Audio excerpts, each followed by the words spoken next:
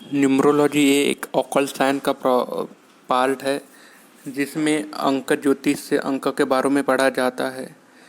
इस शास्त्र का आए दिनों में काफ़ी पॉपुलैरिटी लोगों में बढ़ रही है। लोग उनको जानना चाहते थे, समझना चाहते थे। इसी न्यूमरोलॉजी का पार्ट है। उसमें एक अंक जो है, जिस अंक के बारे में कई केस स्टडी की गई है, तो उन्होंने एक चीज़ कॉमन पाई गई है कि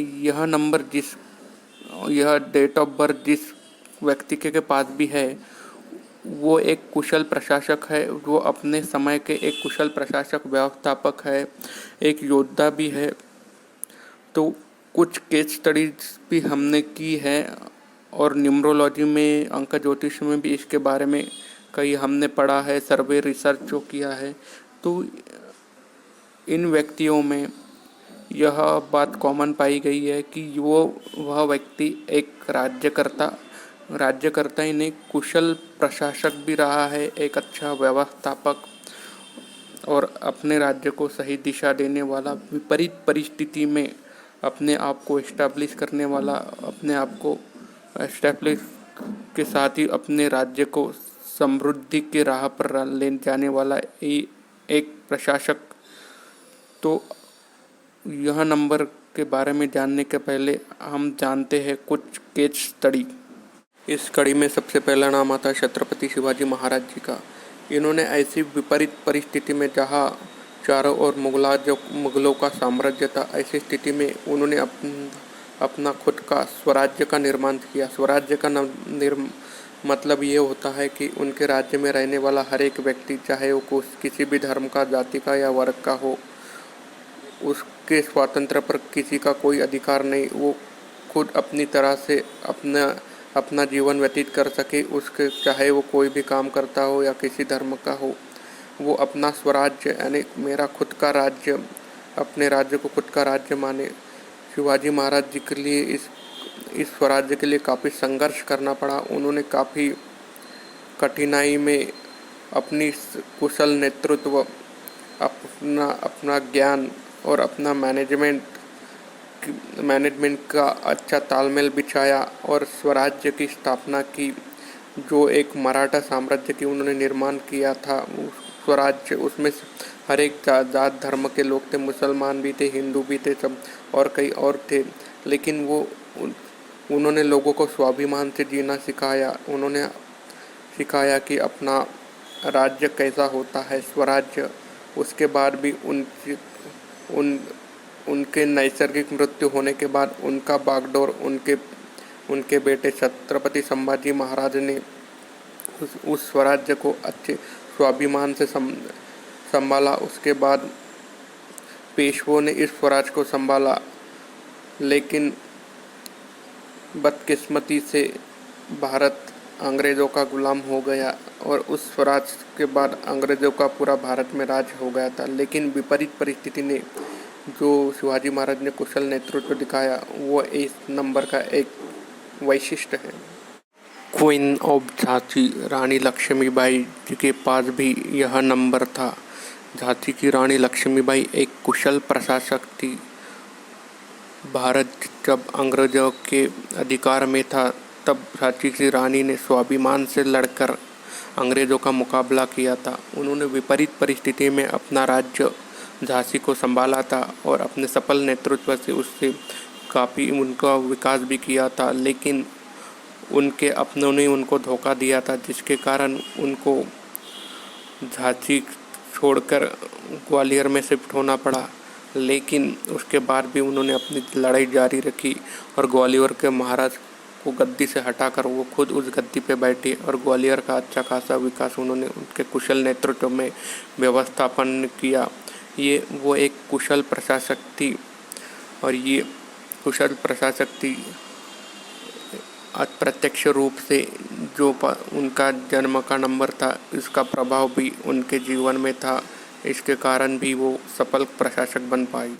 भूतपूर्व भारत के प्रधानमंत्री इंदिरा गांधी के जीवन पर भी इस नंबर का प्रभाव था।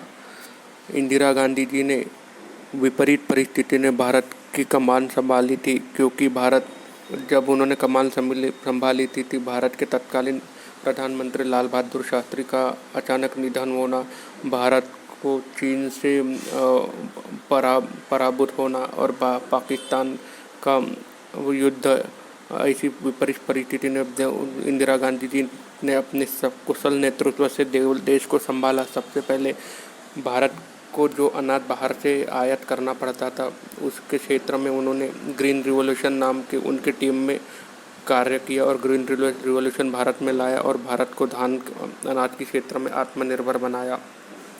उन्होंने कई साहसी फैसले लिए। उसमें 1971 का जो बांग्लादेश का उन्होंने निर्माण किया, सारे दुनिया में उनकी तारीफ हुई थी। कुछ अप्रिय निर्णय भी उनको अपने शासनकाल में लेने पड़े, जिसमें 1975 की इमरजेंसी जो उनका जीवन का एक काला अध्याय था, लेकिन विपरीत परिस्थिति ने वो निर्णय उनको लेना पड़ा था। इमरजेंसी ने उनको अपनी सत्ता भी गंवानी पड़ी थी, लेकिन लोगों के सद विवेक बुद्धि ने इंदिरा गांधी को 3 साल बाद उनकी सत्ता लौटाई, क्योंकि उनके नेतृत्व को लोगों ने जाना था, पहचाना था कि यही भारत का सही नेतृत्व है।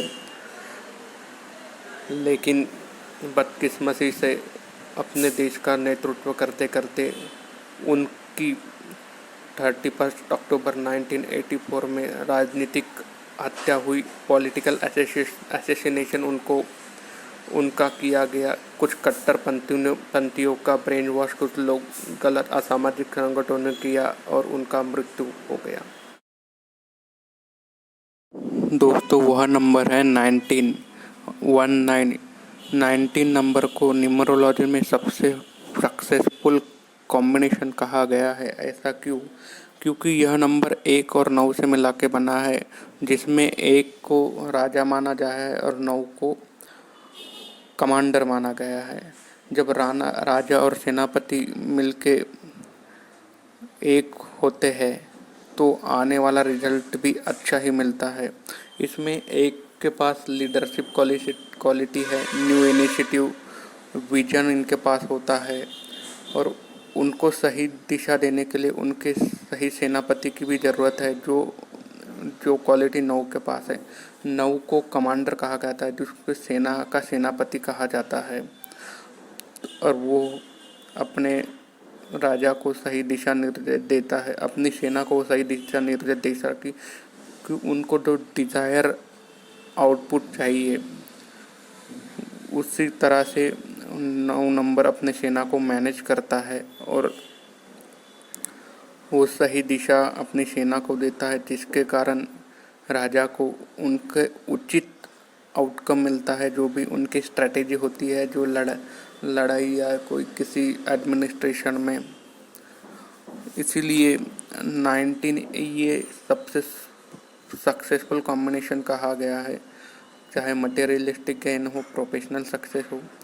हाँ, पर्सनल लाइफ में इन व्यक्ति को ज़रूर दिक्कत हो सकती है, क्योंकि एक तरफ है राजा और दूसरी तरफ है सेना। जब कभी कभी ये पार्टनरशिप के लिए अच्छा नंबर माना गया है, लेकिन लाइफ पार्टनरशिप के लिए ये नंबर अच्छा नहीं है। हमने इस वीडियो में पहले जितने भी केस स्टडी देखे, उन्होंने सबसे कॉमन ये है कि सबका डेट ऑफ बर्थ 19 है। जैसे छत्रपति शिवाजी महाराज का डेट ऑफ बर्थ है 19 फरवरी 1630। झांसी की रानी लक्ष्मीबाई का डेट ऑफ बर्थ है 19 नवंबर 1828। इंदिरा गांधी जी का डेट ऑफ बर्थ है 19 नवंबर 1917। इन सब ने ये 19 नंबर कॉमन है, और